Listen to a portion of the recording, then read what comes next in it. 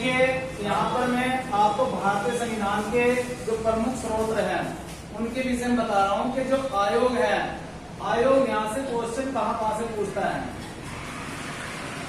भारतीय संविधान में मैंने आपको बताया था कि 60 देशों के संविधान का अध्ययन किया, और जब 60 देशों के संविधान का अध्ययन करते हैं तो उनमें से कुछ देशों से संविधान में जो अच्छी चीजें थी में ग्रहण की गई। अब इसमें जो ब्रिटेन का संविधान है, ब्रिटेन के संविधान से एक तो एकल नागरिकता ली गई है, और मैंने आपको बताया था कि ये आयोग का सबसे फेवरेट क्वेश्चन है, सबसे ज्यादा पूछता है कि एकल नागरिकता भारतीय संविधान में किस देश से ग्रहण की गई है।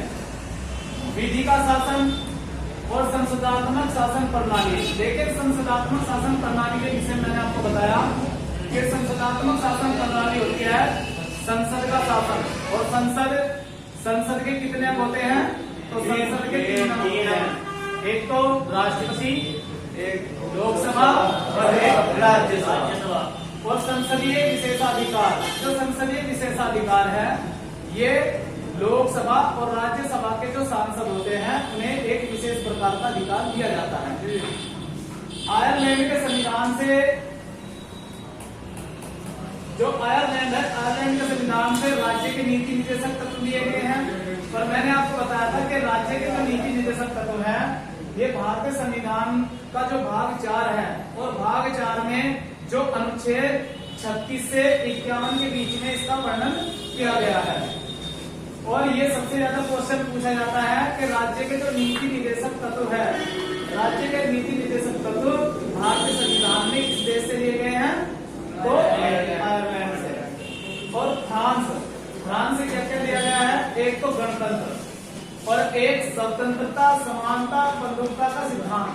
सब गणतंत्र का मतलब मैंने आपको बताया है कि जहां पर राष्ट्रपति या सम्राट का चुनाव होता है उसे हम क्या कहेंगे, गणतंत्र। और स्वतंत्रता, समानता, बंधुत्वता का जो सिद्धांत है ये भी फ्रांस से लिया गया है। बात करते हैं जर्मनी की, तो जर्मनी से क्या लिया गया है, आपात उपबंध। आपात उपबंध का मतलब क्या है, यदि कोई दूसरा देश किसी देश पर आक्रमण करता है तो उस समय वहां की सरकार आपात उपबंध लगाती है। उदाहरण के तौर पर जिस प्रकार से भारत में 3 बार आपात उपबंध लगाए गए हैं। एक तो भारत और चीन का जब 1962 में हुआ था तब लगाया था। दूसरा कब लगाया, जब 1971 में भारत और पाकिस्तान का युद्ध हुआ तो उस समय दूसरा आपात उपबंध लगाया गया था। और तीसरा आपात उपबंध वर्ष 1975 में कांग्रेस सरकार ने, इंदिरा गांधी की सरकार में लगाया गया। तो ये आपात उपबंध की जो प्रक्रिया है ये भारतीय संविधान में कहां से ली गई, जर्मनी से। और रूस देश से क्या लिया गया, मूल कर्तव्य। और मूल कर्तव्य जो है, मूल कर्तव्य का वर्णन भारतीय संविधान में कौन से भाग में है, भाग 4 के ए में और अनुच्छेद 51 के ए में इसका वर्णन किया गया है। और ऑस्ट्रेलिया के संविधान से संबंधित सूची ली गई है। मैंने आपको बताया था कि भारतीय संविधान की जो 7वीं अनुसूची है, 7वीं अनुसूची में 3 प्रकार की सूचियों का वर्णन किया गया है। एक सूची का नाम केंद्र सूची, दूसरी राज्य सूची और तीसरी संबंधित सूची। केंद्र की सूची है उस पर जो कानून बनाने का अधिकार है वो केंद्र सरकार को है, और जो राज्य सूची है, राज्य सूची पर कानून बनाने का अधिकार राज्य सरकार को है। लेकिन समवर्ती सूची पर केंद्र सरकार भी कानून बना सकती है, राज्य सरकार भी कानून बना सकती है। अगर इन दोनों में विवाद हो जाए तो मान्य किसका होगा, केंद्र सरकार का। अब नेक्स्ट पेज देखिए, दक्षिणी अफ्रीका से जो लिया गया है वो संविधान संशोधन की प्रक्रिया ली गई है। अब संविधान संशोधन की प्रक्रिया, अगर भारतीय संविधान में संशोधन करना है तो अनुच्छेद 368 का प्रयोग करते हैं।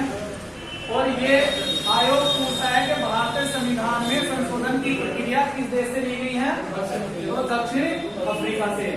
और कनाडा से तो लिया गया है संघात्मक शासन प्रणाली, अपशिष्ट शक्तियां केंद्र के पास, राज्यों के राज्यपाल की नियुक्तियां और संघ एवं राज्यों के बीच शक्तियों का बंटवारा।